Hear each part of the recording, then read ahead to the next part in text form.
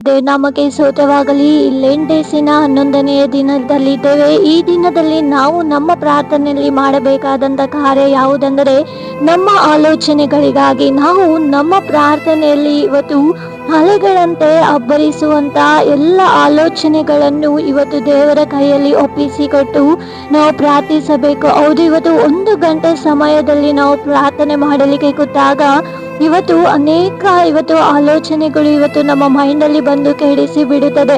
So ಈ ರೀತಿಯಲ್ಲಿ ನಾವು ಮಾಡುವಂತ ಪ್ರಾರ್ಥನೆ ಬಲವನ್ನು ಕಳೆದುಕೊಂಡಂತ ಪ್ರಾರ್ಥನೆ ಆಗಿರುತ್ತದೆ.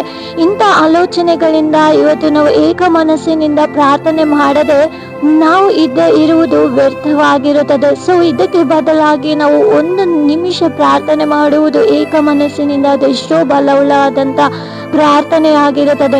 ಸೊ ಇವತ್ತು ಸೈತಾನನು ನಮ್ಮ ಪ್ರಾರ್ಥನೆಯನ್ನು ಕೆಡಿಸಬೇಕೆಂಬುದಾಗಿ ಹೇಳಿ ಸೈತಾನ ಇವತ್ತು ನಮ್ಮ ಮೈಂಡ್ಗಳನ್ನು, ನಮ್ಮ ಆಲೋಚನೆಗಳನ್ನ ಬಲವಾಗಿ ಇವತ್ತು ತಾಕುತ್ತಾ ಇದ್ದಾನೆ.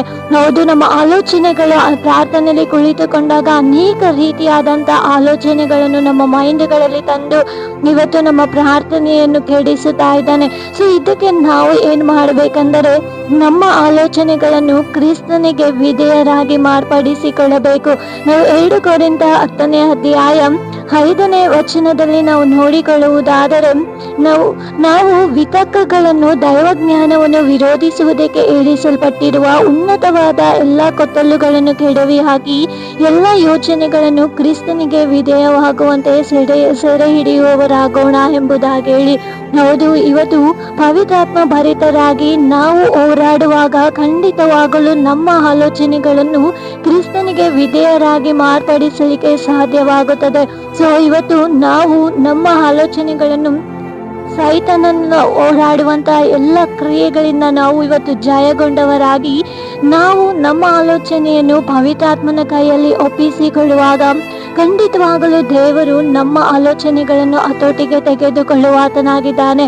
ಯಾವ ಆಲೋಚನೆಗಳು ವ್ಯರ್ಥವಾದಂಥ ರೀತಿಯಲ್ಲಿ ನಮ್ಮ ಪ್ರಾರ್ಥನೆಯಲ್ಲಿ ಬರದ ಹಾಗೆ ಆತನು ನಮ್ಮನ್ನ ಪವಿತ್ರಾತ್ಮ ಅಭಿಷೇಕದಿಂದ ತುಂಬಲ್ಪಟ್ಟು ಏಕ ಮನಸ್ಸಿನಿಂದ ನಿರಂತರವಾಗಿ ಪ್ರಾರ್ಥಿಸುವ ಹಾಗೆ ದೇವರು ನಡೆಸುವಾತನಾಗಿದ್ದಾನೆ. ಈ ರೀತಿಯಲ್ಲಿ ಇವತ್ತಿನಿಂದ ನಿಮ್ಮ ಆಲೋಚನೆಗಳನ್ನು ಕ್ರಿಸ್ತನಿಗೆ ಒಪ್ಪಿಸಿಕೊಟ್ಟು ಪ್ರಾರ್ಥನೆ ಮಾಡಿರಿ. ಖಂಡಿತವಾಗಲು ದೇವರು ನಿಮ್ಮನ್ನ ಆಶೀರ್ವದಿಸುವಾತನಾಗಿದ್ದಾನೆ. Thank you. God bless you.